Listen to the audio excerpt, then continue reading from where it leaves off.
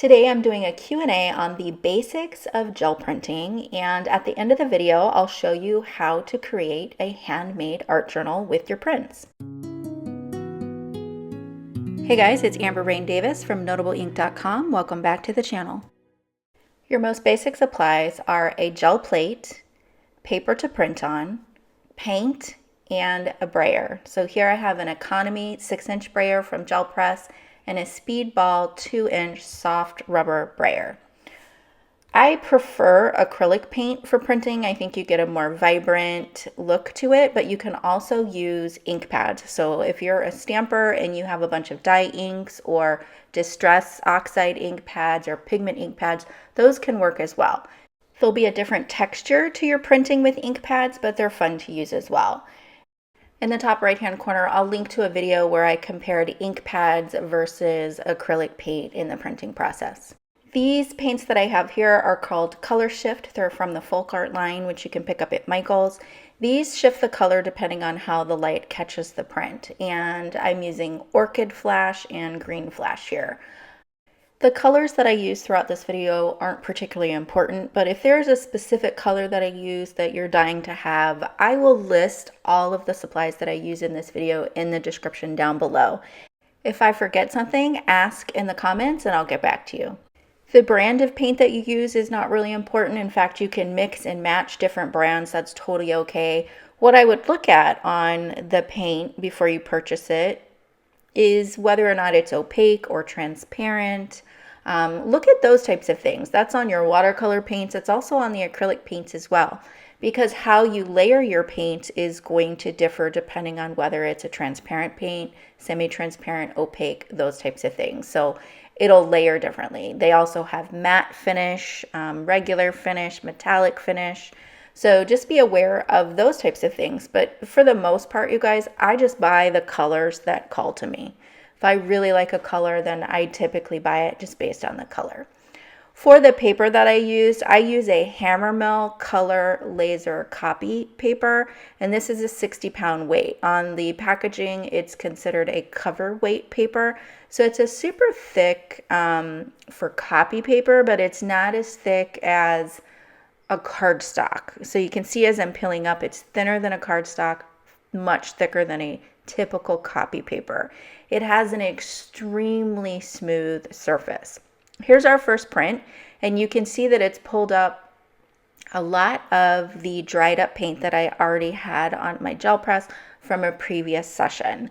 And I'm going to come back to that dried paint, but I want to finish talking about paper first. So this paper that I'm using has what I think is a super tight weave to it or press to it. It's incredibly smooth and it will pick up so much paint off of the gel plate. So it adheres to the gel plate really well and you get full coverage on your piece of paper. If you use a textured paper like a mixed media paper, or you might have seen in some of my previous videos that I've done some prints in a watercolor art journal, that's a textured paper. So what happens is it's difficult to get the paint to settle into those deep nooks and crannies in the textured paper. So you're going to end up with some white speckling to your print or more of that distressed look. Here I'm pointing out there's like an air bubble on my gel plate. So it's not inside the gel plate. Basically what's happened is I had stored this with the mylar sheet or acetate sheet on top of it, and it created an air bubble. And so you're going to see here that it's not going to print. You can see that the paint has collected in that dip and I didn't press on the paper enough to fill up that area. So I have that little white spot. This is similar to what I was just talking about printing on a textured paper. You don't necessarily get the paint into the nooks and crannies of the paper, and you're going to end up with some white spots like that. So I'm just going to peel up the gel plate from the stamp mount that I have it on, massage the plate a little bit and put it back down. That's going to solve my issue. Sometimes if you store your gel plate with the acetate sheet that it comes on, you'll get some air bubbles. It's really difficult to put that acetate sheet on and not get air bubbles. So Gel Press and Gelli Arts, which are two of the major brands that produce gel plates, recommend that you remove those acetate sheets and throw them away. Don't use them as part of your storage solution. how you should store your plates, as recommended by the manufacturers, is to just put them back into that clamshell packaging they come in without the acetate sheets. Now, one of the companies recommends that you store them upright, whereas the other one, when I looked at how you should store it, it didn't really specify upright or flat. The 8x10 gel plate that I'm working on is from Gelli Arts. This is actually the Jane Davenport version of it, which is a little thinner. The profile is thinner than the regular 8x10 gel plate. And then the 5x7 that I have on the left is from Gel Press. I love both of these plates. I do not see any difference in performance from one company to the other in terms of performance. I think they're both really high quality. This is one of my favorite prints from this session. I missed a little bit at the bottom. I didn't have enough paint at the bottom, so I'm going to add that and pull that print again. You certainly don't have to have more than one gel plate, but you can see that I'm working with two here. I have the 5x7 on the left, and anytime I have extra paint, I'll roll a little bit of that extra paint over there, and then I'll pull the print with some deli paper. You could pull it with scrap paper, you could pull it with old book pages, and that just gives me some extra background pieces. I can collage with those pieces. In a Tonic Studios video I have coming up for one of their hops, I actually use some of the paper that I made today on the deli prints for some cinnamon strips. So there's lots of things that you can do with these extra pages. You can also just roll off the paint directly onto the deli paper or onto a scratch piece of paper as well. You don't have to roll it onto a plate. Let's talk about cleaning the plates. So for cleaning, you can clean your plates with warm soapy water. That'll take off the acrylic paint really well. You could also use a baby wipe. If you're using a medium that's oil-based, like oil pastels or something like that, then you can use baby oil to clean the gel plate.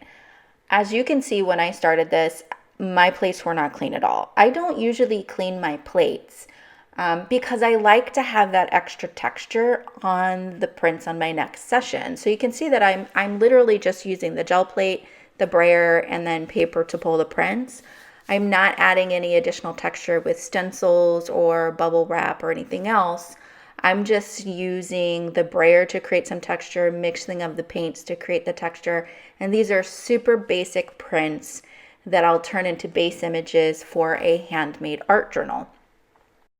But if the thought of leaving paint on your gel plate until your next session makes your eye twitch uncontrollably, you can definitely go ahead and clean it in the ways that I've talked about. The other thing that you could do is use clear packing tape. If you lay down some clear packing tape over some of those crusty paint areas, it will pull up the paint, and now you have a DIY washi tape that you've just made. Then you can use that tape for collaging and your art journals and planners and things like that. So there's several different options you can use for cleaning. Gelli Arts does recommend that you clean your plates before you put them back into the clamshell packaging, but I have not run into any issues by leaving the dried paint on there. If you do decide to clean your plates, make sure that you dry them with a lint-free cloth before you put them back into the clamshell. You don't want to store them wet. I'm pulling this print up in a different direction than what I started because I started to tear the paper. If your paper tears, here you can see the surface was pulled off, and then I have this flap down here. If your paper tears, typically that's because you didn't use enough paint or your paint dried a little too long, and sometimes you could get some tearing to your paper. Doesn't happen to me very often at all. I'm just going to use some gel medium in a matte finish and a Nouveau spatula to just adhere this little flap back down. Now, one of the great things about the gel press is that you don't have to have a lot of tools for the gel press. You can use things that you have around your house. So if you don't have a Nouveau spatula like this, you could totally use your finger to just put the gel medium on, or you could pull a silicone spatula from your kitchen and use that.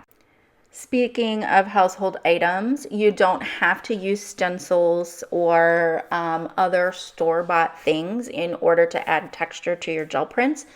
collect some things from around the house. Anytime you get a package from Amazon or wherever else you might order things, hold on to the bubble wrap, hold on to packaging materials. You know, sometimes the inside of cardboard has a really great texture. It's got that corrugated texture. I've gotten all sorts of different types of packaging that I just save and collect in a little bin for my gel printing process. You can use egg crates, you can use old fabric, you know, maybe your denim, pantyhose, just all sorts of things. You can also go outside and grab some leaves. Leaves are great to use for really cool patterns. You can use them as masks. Just look around your house and find texture. You know, the bottom of a cup for different circular sized rings, just all sorts of things can add shapes and textures to your prints. So you don't have to go out and buy stuff. If you do go out and buy stuff, think about going to the dollar store and getting shower mats that have different patterns in them. There's lots of different things at the dollar store that you can get that are less expensive than buying specific stencils and things like that. Although I will say stencils are one of the most cost-friendly craft supplies out there. I love stencils. Another question I get is, what do I have my gel plates mounted to? So I have them mounted to Joggles stamp mounts. So my 8x10 mount is on a 9x11 stamp mount from Joggles, and then the 5x7 is on a 6x8 stamp mount. These are just clear acrylic mounts. They're maybe a 1/4 inch thick, maybe thinner than that. Super sturdy. What I love about these stamp mounts is it allows me to pick up the gel plate and look at the other side. You guys have seen me do this in some of my videos, especially if I'm not going to pull the whole print. Maybe I just want to pull a partial print for a card that I'm working on.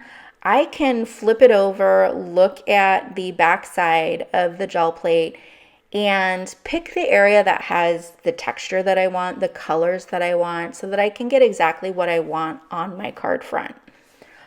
So I love these mounts. Someone asked me, do I store my gel plates on these mounts? If I know I'm going to be printing it again pretty quickly, then I'll just go ahead and leave them on the mount. But for the most part, I will store them in that clamshell. I get worried about them drying out if I were to just leave it out on these. And I don't even know if that's a thing, but you know, they're recommended to store in that clamshell. So that's how I do it.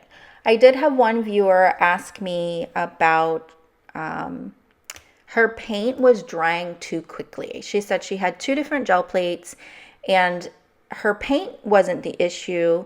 It was the gel plate. On one of her gel plates, the paint always dried too quickly to the point where she couldn't pull the print. There are conditioners that you can purchase for your gel plate. You can try washing it with warm soapy water. But if you need to condition your gel plate, Ranger, I know, sells one. It's called Gel Plate Conditioner. If I remember, I'll link that down below. I've never used it before, so I can't speak to its effectiveness. But if your gel plate, I guess, does get a little dry and needs to get back that moisture to it, you can try one of the conditioners. I know that Gel Press does not recommend you store your gel plates with a piece of paper on it because the paper will absorb the oil out of the plate, and I think that dries it out, so they don't recommend that. You can see that I'm starting to pull prints on the back side of the prints we've already made, and that's because we're moving on. This is our last print, and we're going to move on to making the handmade art journal. So I've gone through the very basic questions I've gotten about gel press and gel printing. If there are any more, be sure to leave me a comment and I'll collect all those and I'll do another video. Moving on to the handmade art journal, first thing that we need to do is score our pages. So I have a score buddy here, or a scoring tool, and what I'm going to do is score it at 5.5 inches. So these pages are 8.5 by 11. Again, they're the premium copy paper. I'll have it linked down below. And I'm just going to score it down the middle. Now I want to make sure that I get a nice fold, so I'm just snugging that up in the corner, and I'll reinforce the fold with the bone folder. This bone folder comes with the score buddy, but you can certainly use a Teflon bone folder if you prefer that. I'm only going to score one page on screen. I'll do the rest off screen so that we can get to the handmade art journal process and sew all of our gel prints into that art journal. Before we can sew our 3-hole art journal, I need to make sure that my pages are in the right order. So I've gone through and organized them so that I like the colors on each of the 2-page spread. I didn't want to have super clashing colors right next to each other. So just go through your pages and get them organized so that you have a good look and it's something that inspires you to come back and journal on those 2-page spreads. I organized my pages and then clipped them together with 2 Bulldog clips, and then I'm going to use a ruler and a white charcoal pencil to mark where I need to put my holes. So I just decided that I would put the top and the bottom hole 1/2 inch from the top and bottom, and then the 3rd hole is going to go in the center, so that's going to be at 4 1/4 inches. I'm just going to grab a larger T-square ruler so that I can mark off the center. And the reason I chose a white charcoal pencil is because it's not going to be visible. Once I poke my hole, I didn't want to have like a black dot or anything that was visible that would distract from whatever it is I'm going to art journal on these pages. So the white charcoal pencil works great.